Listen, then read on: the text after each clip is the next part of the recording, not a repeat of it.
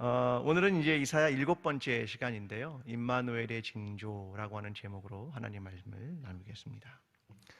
여러분, 이사야서는 예언서인데 총 66장으로 이루어진 굉장히 긴 예언서입니다. 아마 여러분에게 이사야서에서 가장 잘 기억하는 구절 하나를 뽑으라고 한다면 어디를 뽑으시겠습니까? 이사야 7장. 우리가 너무 잘 아는 말씀, 보라 처녀가 잉태하여 아들을 낳을 것이요 그 이름을 임마누엘이라 하리라. 우리는 성탄절이 되면 늘 예수 그리스도의 탄생에 대한 이 마태복음 1장의 말씀을 떠올리는데, 그것이 이 이사야 7장을 인용한 구절이기 때문에 우리가 아마도 이사야서를 다는 몰라도 7장은 압니다, 그렇게 말할지도 모르겠습니다. 근데 정말 7장을 잘 알고 있을까? 오늘 그 이야기를 나누어 보려고 하는 겁니다. 이사야 7장은 총 3개의 부분으로 나눠져 있습니다. 1절에서 9절까지의 말씀은 하나님께서 이사야에게 아하스에게 가서 예언을 해라 라고 하는 부분이 9절까지의 이야기고, 10절부터 17절까지의 이야기는 임마누엘에 대한 징조에 대한 이야기이고, 마지막 부분은 아수르가 이제 너희를 심판하러 올 거야, 그 이야기를 다루고 있는 것이 이 이사야 7장의 이야기입니다. 언제나 예언은 사람들의 삶과 역사, 그곳에 하나님의 예언이 시작됩니다. 하나님의 관심은 땅에 있고 사람들에게 있고 그들의 삶에 있고 그들의 역사에 있기 때문에 그렇습니다. 하나님이 하늘에 계시지만 동떨어진 하나님이 아니라 너희의 삶과 역사에 난 관심이 많아.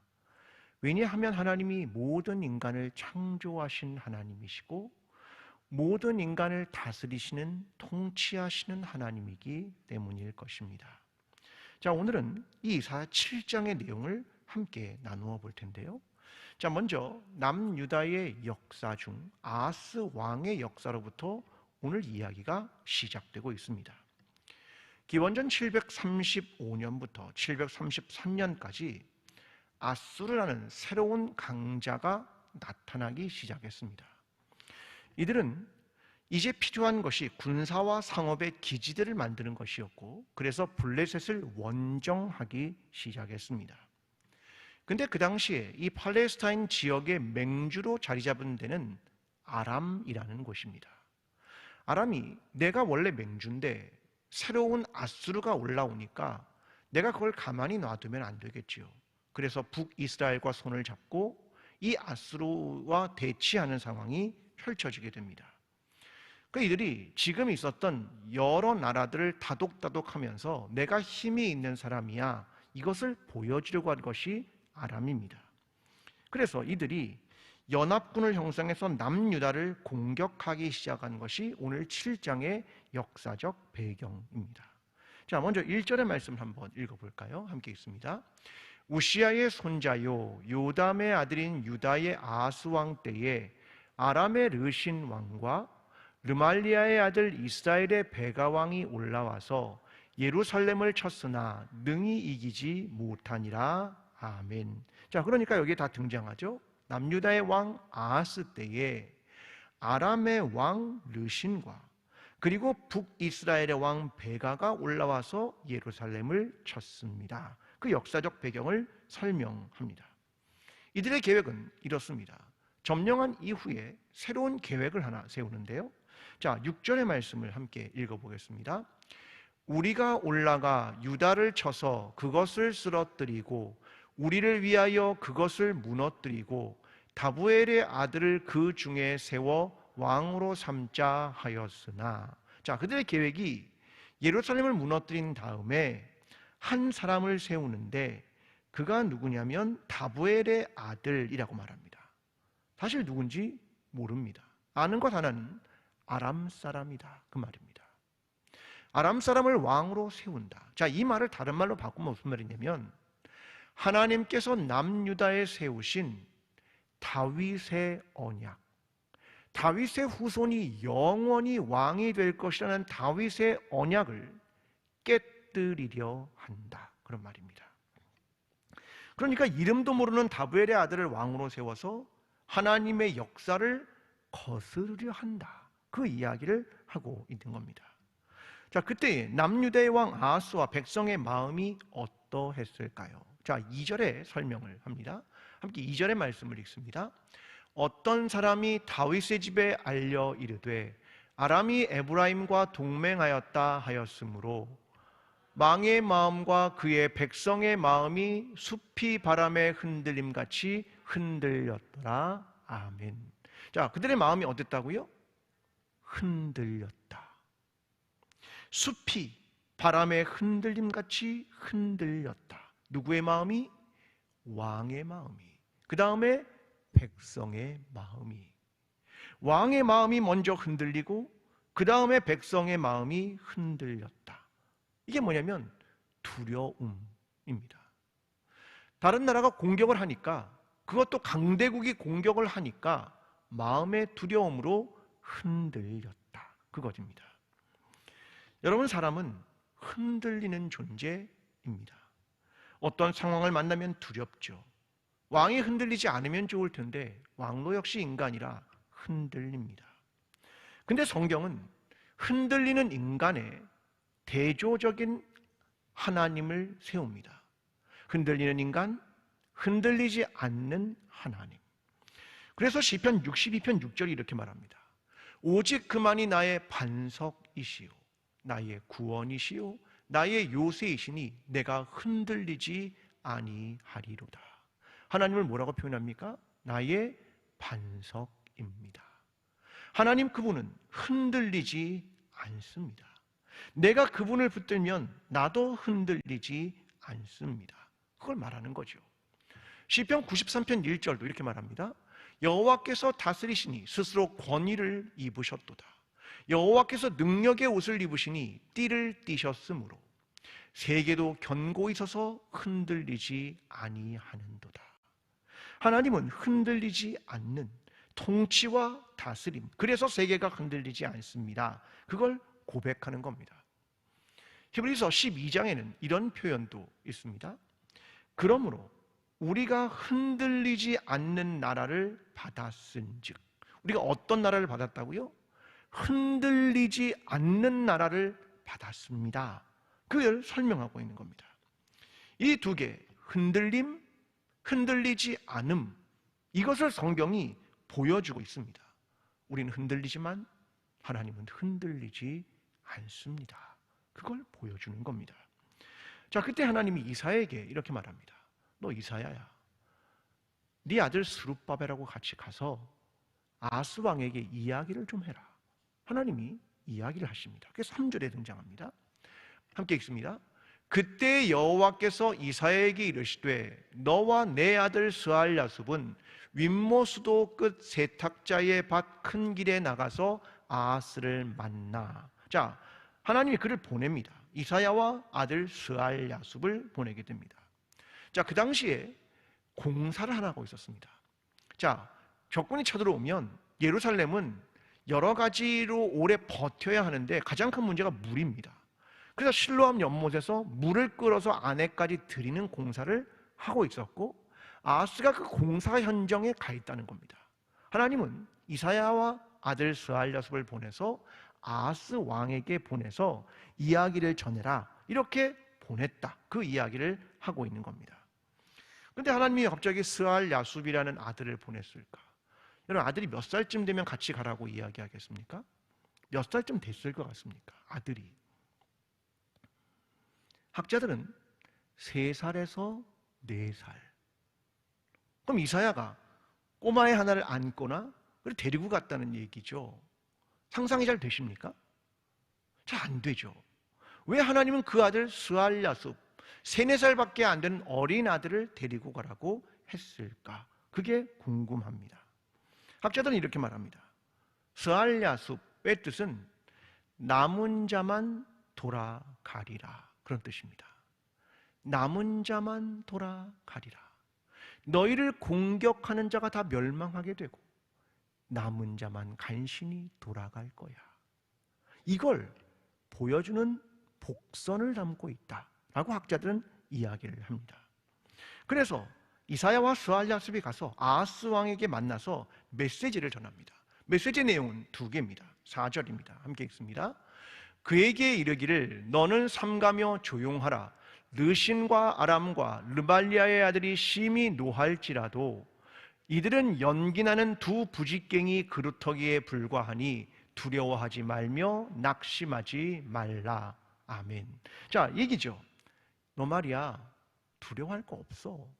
왜? 저 아람왕 르신, 북이스라엘 왕 베가 전부 다 그냥 부직갱이 그루터기 같은 존재야. 다 타버려서 그냥 하나님의 심판을 받아서 이미 불탄 존재야. 다른 말로 하면 한물 갔어. 지는 해야. 뭐 그런 표현을 하고 있는 겁니다. 그러므로 너는 두려워할 거 없어.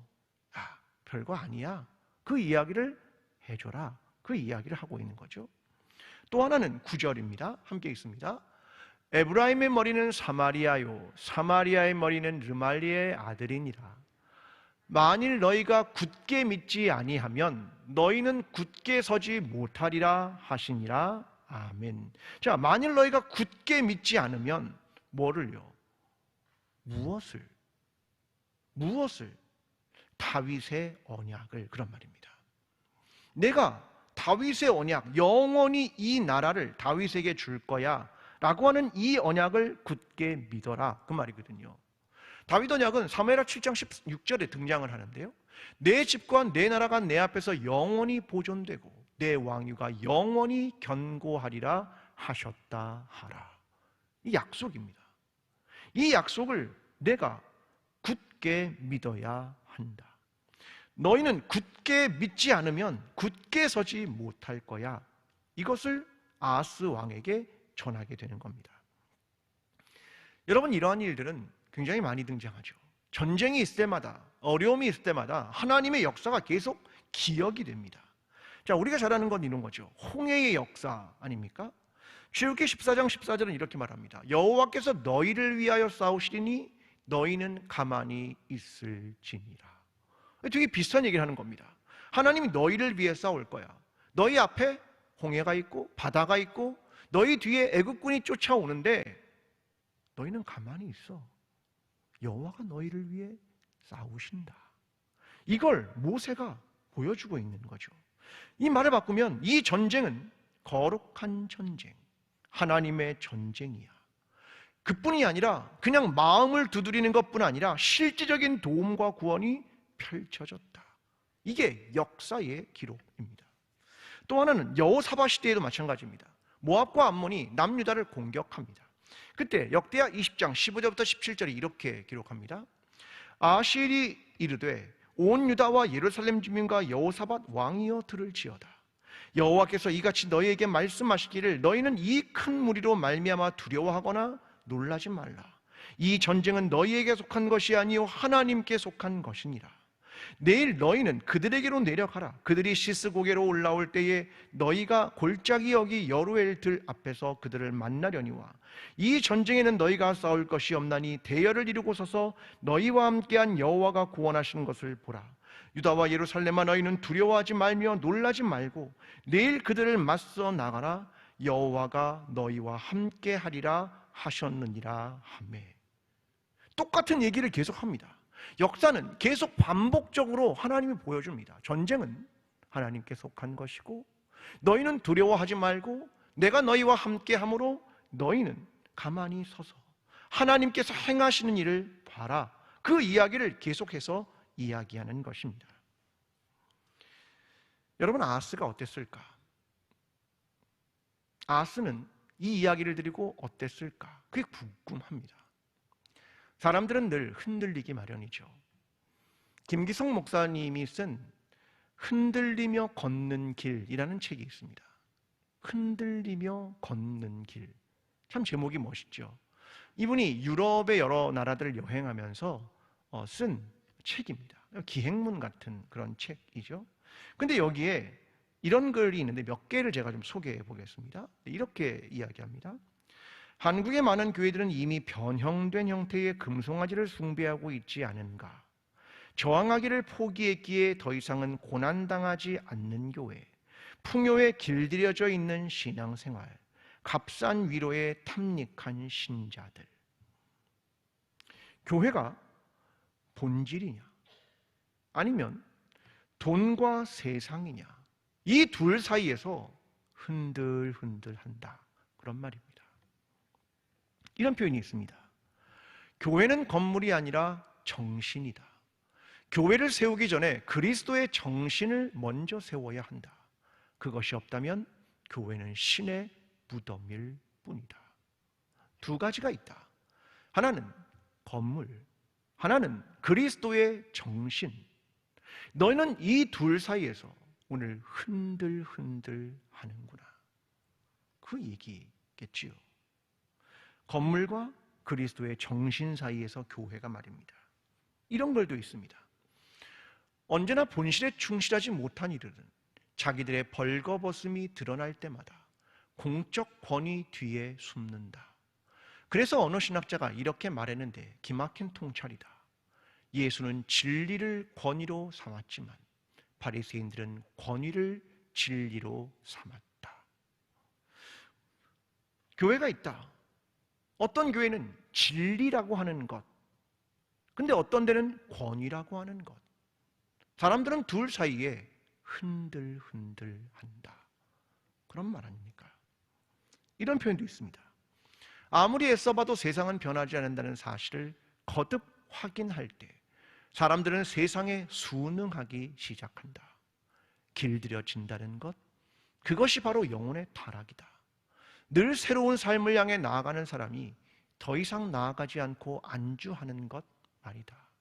서럽도록 졸렬한 세상에 길들여지지 않으려면 성령 안에서 누리는 기쁨이 있어야 한다. 물기 없이 푸석푸석해진 마음으로는 새로운 세상을 열 수 없다. 교회는 순응할 것이냐, 저항할 것이냐, 그 질문을 하는 겁니다. 이 둘 사이에서 흔들흔들 할지도 모르겠습니다. 우리의 삶은 끊임없이 흔들립니다. 하나는 세상, 이익, 눈에 보이는 것, 순응. 또 다른 하나는 하나님의 나라, 희생, 눈에 보이지 않는 것, 저항. 우리는 때로 상황이 두렵고 떨리고 흔들리는 일을 경험할 때마다 그냥 역사의 흐름에 순응하고 싶은 유혹을 받게 됩니다. 세상의 흐름에 나도 같이 편하게 살고 싶은 세상, 그런 세상을 살아가고 싶습니다. 여러분, 그런데 성경을 읽을 때마다, 하나님의 말씀을 들을 때마다 그렇게 하기가 어렵다, 이걸 발견하지 않으십니까? 반대편에 서 있는 복음, 그리스도의 정신, 하나님의 나라가 오늘 세상으로 자꾸 기울여지려는 나를 반대편에서 또다시 흔들고 있습니다. 여러분, 때로는 흔들리지만 우리가 흔들리지 않았으면 좋겠습니다. 흔들리지 않고 오직 그리스도의 길을 걸어가면 좋겠습니다. 오늘 주님께서 원하시는, 때로는 흔들리는 것 같지만 흔들리지 않는 복음을 붙들며 살아가는 그리스도인과 광주제일교회가 되기를 간절히 기도합니다.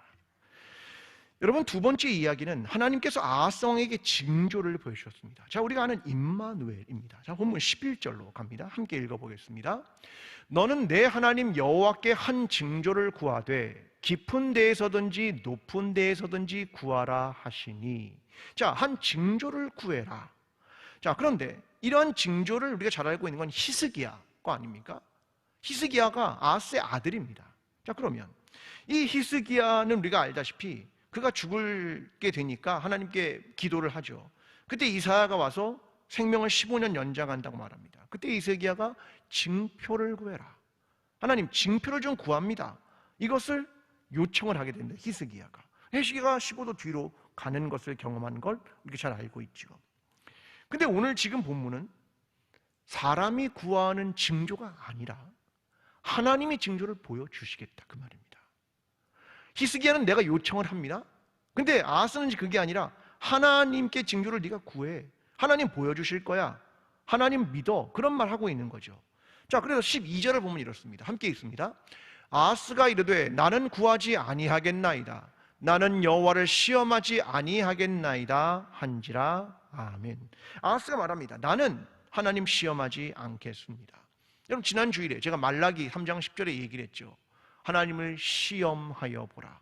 그럼 아하스가 나 하나님 시험 못합니다, 그 얘기하는 거잖아요. 그러니까 그가 굉장히 믿음이 좋기 때문에 난 징조를 요구하지 않습니다, 그 이야기 하는 겁니까? 아닙니다. 내가 징조를 구하지 않겠습니다, 이 말은 하나님 말씀을 거절합니다. 그런 응답을 하는 겁니다. 나는 하나님의 노선, 하나님의 방법, 그걸 따라가지 않겠습니다. 그걸 말하는 겁니다. 나는 현실적인 방법을 택하겠습니다. 나는 군사적인 방법을 택하겠습니다. 나는 물을 안으로 끌어들이는 방법에 애를 쓰겠습니다. 나는 정치적 동맹의 길을 택하겠습니다. 그걸 말하는 겁니다. 그래서 난 징조를 구하지 않겠습니다. 그걸 아하스가 지금 말하는 겁니다. 이사야가 지금 이게 무엇인지를 설명합니다. 13절에 그러니까 이걸 들은 이사야가 말합니다. 함께 읽습니다. 이사야가 이르되 다윗의 집이여 원하건대 들을지어다. 너희가 사람을 괴롭히고서 그것을 작은 일로 여겨 또 나의 하나님을 괴롭히려 하느냐. 아멘. 너가 괴롭힌다. 누구를? 사람을. 누굽니까? 나 이사야를. 또 누구를 괴롭힌다? 하나님을. 너 이 아하스가 응답하지 않고 그걸 거절하니까 너 왜 나를 괴롭게 해? 왜 하나님을 괴롭게 해? 그걸 이야기하고 있는 거죠. 근데 하나님이 거절하는 아하스에게 징조를 주십니다. 바라지도 않는 자에게 징조를 딱 보입니다. 아주 강권적으로 보이시죠. 자, 14절부터 16절 함께 읽습니다. 그러므로 주께서 친히 징조를 너희에게 주실 것이다. 보라, 처녀가 잉태하여 아들을 낳을 것이요 그의 이름을 임마누엘이라 하리라. 그가 악을 버리며 선을 택할 줄 알 때가 되면 엉긴 젖과 꿀을 먹을 것이라. 대저 이 아이가 악을 버리며 선을 택할 줄 알기 전에 내가 미워하는 두 왕의 땅이 황폐하게 되리라. 아멘. 자, 우리가 너무나 잘 아는 임마누엘이가 드디어 나왔습니다. 행복하시죠? 아는 거 나오면 행복한 겁니다. 원래 잘 모르는 거는 잘 안 되는데 아는 게 행복한 겁니다. 자, 그런데 지금 이 본문을 읽고 나서 생각을 해보십시오. 핵심이 뭡니까? 14절부터 16절 방금 우리가 읽은 이 이야기는 핵심이 뭡니까? 아기의 태어남입니까? 다시 읽겠습니다. 14절부터 16절 다시 한번 보여주십시오. 다시 천천히 읽습니다. 그러므로 주께서 친히 징조를 너희에게 주실 것이라. 보라, 처녀가 잉태하여 아들을 낳을 것이요 그의 이름을 임마누엘이라 하리라. 그가 악을 버리며 선을 택할 줄 알 때가 되면 엉긴 젖과 꿀을 먹을 것이라. 대저 이 아이가 악을 버리며 선을 택할 줄 알기 전에 내가 미워하는 두 왕의 땅이 황폐하게 되리라. 아멘. 자, 머릿속에 마태복음을 잠깐 내려놓으시고 이사야로 보십시오. 이 얘기는 무슨 얘기입니까? 아들 낳을 거야, 그거 얘기입니까? 아니요. 아이를 낳았는데 그 아이가 선과 악을 구별하기 전에 두 나라가 멸망할 거야, 그 얘기입니다. 그러니까 아이가 2살과 3살이 되기 전에 일어날 일, 거기에 대한 이야기를 들려주는 겁니다. 아이의 이름을 임마누엘이라 지을 것이다. 그리고 악을 버리며 선을 택할 줄 알 때에 2-3년 정도가 되면 두 왕의 땅이 황폐해질 것이고 하나님께서 말씀하시는 것이 분명하게 나타날 거야. 그걸 이야기하고 있는 내용입니다. 근데 우리는 이 본문을 읽을 때마다 뭘 떠오르냐면 처녀가 애를 낳는데 그것만 계속 머리에 떠오르는 거죠. 이사야를 읽으면서도 그 생각이 안 드는 겁니다. 여러분, 여기의 핵심은 여인이 누군가 그겁니까? 생각을 해보는 거죠. 자, 여인이 여기가 누구지? 근데 여기서 처녀라는 이 말은 히브리어로 할마라는 말입니다. 근데 이게 처녀라고 말할 수도 있지만 넓은 의미에는 젊은 여성이라는 말입니다. 그런데 더 중요한 건 앞에 정관사가 붙습니다. 그 여성, 그런 말이겠죠? 그 여성. 이 말은 무슨 말입니까? 아하스 왕 당신도 알고 이사야 나도 아는 바로 그 여성, 그런 말입니다. 그 여성이 아이를 낳을 겁니다. 그거죠. 특정한 사람입니다. 학자들은 그래서 누구라고 말하냐면 이사야의 아내일 것이다, 그렇게 이야기를 합니다. 아하스의 아내라고 말하기가 어려운 것은 이미 아들 히스기야는 전쟁 전에 태어나 있는 상태입니다. 그러니까 사람들은 보통 이것이 이사야의 아내일 가능성이 높지 않을까라고 추측을 하게 되는 겁니다. 자, 그런데 이런 이야기가 이사야 8장에도 또 등장합니다. 3절과 4절입니다. 함께 읽습니다. 내가 내 아내를 가까이 하매 그가 임신하여 아들을 낳을지라. 여호와께서 내게 이르시되 그의 이름을 마할살랄 하스바스라 하라. 이는 이 아이가 내 아빠 내 엄마라 부를 줄 알기 전에 다메섹의 재물과 사마리아의 노략물이 아수르 왕 앞에 옮겨질 것임이라 하시니라. 아멘. 똑같은 얘기잖아요. 아들 마할살랄 하스바스가 아빠 엄마를 부르기 전에 다메섹의 재물과 사마리아의 노략물이 아수르 왕에게 갈 거야. 그걸 얘기하고 있는 거하고 너무 비슷한 얘기 아닙니까? 제가 오늘 여러분에게 뭘 말씀드리고 싶냐면 사람은 보고 싶은 것만 봅니다. 우리가 이사야 7장을 읽으면서도 솔직히 많은 논쟁을 할 수 있죠. 여기에 핵심 구절이 뭘까? 처녀일까? 젊은 여자란 말이야? 이렇게 논쟁을 할 수도 있습니다. 어떤 사람은 누구의 아이인데? 어떤 사람은 아하스 왕인가? 이사야야? 누구의 아이야? 누가 이렇게 말할 수 있죠. 이름을 짓는 사람이 어머니래. 그런가? 그러면 악을 버리고 선을 선택할 줄 아는 기간은 도대체 몇 년이야? 여러분, 그게 이 전체 그림의 핵심적인 논쟁거리입니까? 아니에요. 중요한 건 그 아이가 태어나서 악을 버리고 선을 선택할 줄 아는 기간 동안이 되면 비로소 하나님의 때가 이루어지고 두 나라는 황폐하게 돼. 그걸 보여주는 이야기라는 말입니다.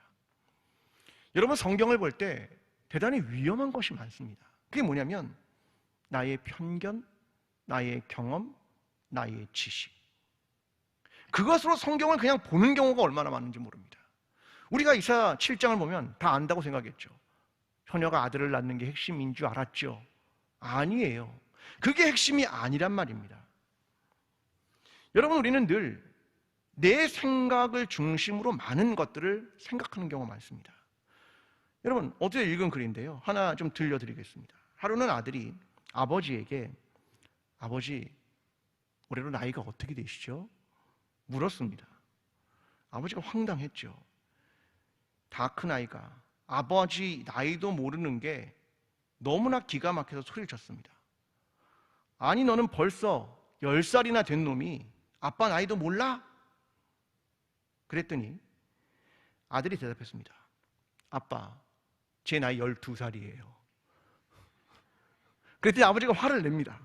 12살이나 된 놈이 아빠 나이를 모르는 건 더 나빠. 소리를 쳤죠. 네. 뭐의 문제입니까 도대체? 네? 아이가 아빠 나이 모르는 게 문제가 아니라 아빠가 애 나이를 모르고 있는 거예요. 네? 여러분, 사람은요 다 자기중심적으로 생각을 한단 말입니다. 여러분, 아마 되게 유명한 영상이니까 아마 많이 아시겠죠. 1979년에 심리학자들이 만든 영상인데요, 영상을 좀 보여드리겠습니다. 보고 싶은 것만 본다, 그런 얘기인데요, 좀 보겠습니다. 여러분들은 이제 짧은 동영상 하나를 보실 겁니다. 동영상에 등장하는 여성 가운데 흰옷을 입은 여성들이 공을 몇 번 패스하는지를 맞춰보세요. 네, 잘 맞추십시오. 흰옷 입은 사람이 몇 번 패스하는지.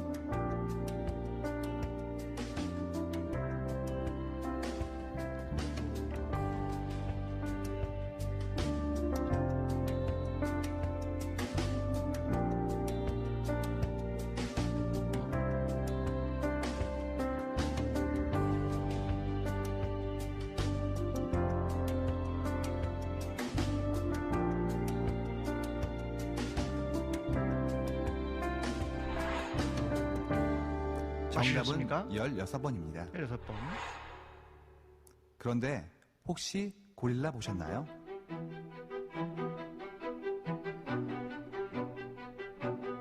하버드 심리학과에서 만든 이 실험 영상을 본 사람 가운데 지금까지 절반이 고릴라를 보지 못했습니다.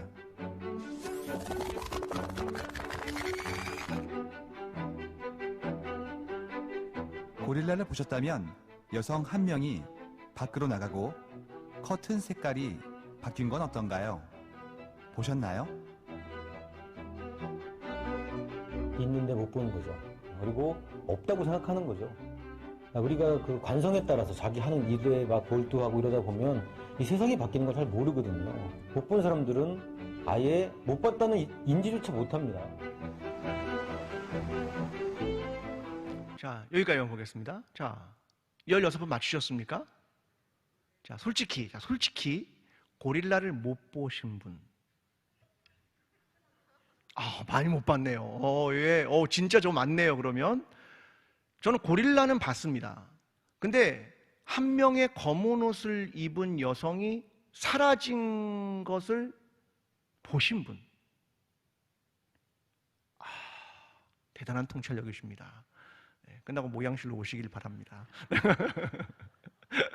야, 제가 몰랐어요. 한 명이 사라졌는지. 네? 왜? 뭐를 세느라고? 흰 옷 입은 사람 패스 몇 번 하는지 세느라고. 사람은요, 그냥 보고 싶은 것만 본다. 그 얘기를 하고 있는 실험입니다. 이게 뭐냐면 무주의 맹시라고 하는 말인데요. 사람들은 보고 싶은 것만 보는 겁니다. 보이는 걸 보지 않습니다. 보고 싶은 걸 보는 겁니다. 재미있는 건 이 실험에서 기업의 임원일수록 고릴라를 보지 못하는 비율이 높았습니다. 사회적 지위가 높을수록 내가 성공했다고 느낄수록 고릴라를 더 보지 못했습니다. 아니, 똑똑하잖아요, 그 사람이. 더 볼 것 같죠? 안 그렇다는 겁니다. 왜? 나 성공을 했거든요. 난 나에 대한 믿음이 있거든요. 내 경험과 내 지식에 대한 신뢰가 있거든요. 그러니까 그걸 믿으면 가는 겁니다, 그냥. 그러니까 계속 못 보는 겁니다. 여러분, 우리는 본다고 생각하지만 보지 못합니다. 내가 아는 지식에 계속 갇힙니다.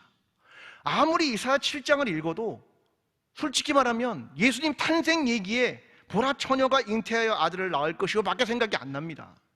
원래 얘기한 건 그거 아닌데 말입니다. 여러분, 제가 교회에 대해서 그렇게 많이 설교했지만 사실 저와 여러분의 많은 부분은 내가 어릴 때 경험했던 교회, 그거하고 똑같이 교회를 생각하고 있는지도 모릅니다. 제가 장로회 신학대학에서 신학생들을 가르치면서 제일 안타까웠던 게 하나 있습니다. 그게 뭐냐면 신학대학원을 공부하는 학생들 중에 많은 학생들이 처음에 들어왔을 때 어릴 때부터 교회에서 배웠던 그 성경과 신학에 대한 이야기를 신대원 3년 동안 더 깊이 독서하고 사고하고 생각하면서 변화돼서 나가야 하는데 하나도 변화되지 않고 옛날 생각 그대로 들고 나가는 사람이 생각보다 많았다는 겁니다. 아하스가 어땠을까? 아하스는 자기가 생각하는 방법, 아람과 북이스라엘을 이기는 방법을 생각했을 겁니다. 군사력, 정치력, 물기를 예루살렘으로 끌어들이는 것, 그 이상의 상상과 계시, 심지어는 이사야가 와서 하나님의 말씀을 들려주고 하나님께서 어떤 걸 원하시는가를 이야기했지만 아하스의 귀에 들리지 않았습니다. 여러분, 오늘 우리의 신앙의 한계가 여기에 있는 겁니다. 내가 살면서 경험한 것, 내 직장에서 경험한 것, 내가 가진 지식, 그것이 전부라고 생각을 합니다. 거기에 대한 확고한 믿음이 있습니다.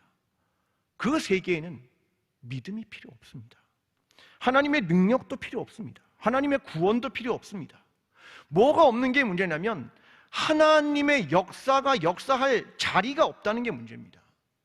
아하스의 문제는 그의 통치와 문제 해결에 있어서 하나님의 자리에 부재, 그게 아스의 문제였습니다. 오늘 하나님의 자리와 공간이 우리에게 있는 겁니까? 만약 그게 없다면 나는 믿지 않는 사람들과 뭐가 다른다는 겁니까? 내 지식, 내 경험, 그걸 계속 의지한다면 도대체 하나님의 통치와 다스림은 어디에 있는 겁니까? 오늘 본문은 우리에게 그런 도전을 하고 있습니다. 우리에게 신앙의 생활을 하는 데 있어서 하나님의 자리가 있는가? 하나님의 말씀이 들렸을 때 그것을 믿음으로 받아들이고 있는가? 그것을 우리에게 질문한다고 생각합니다.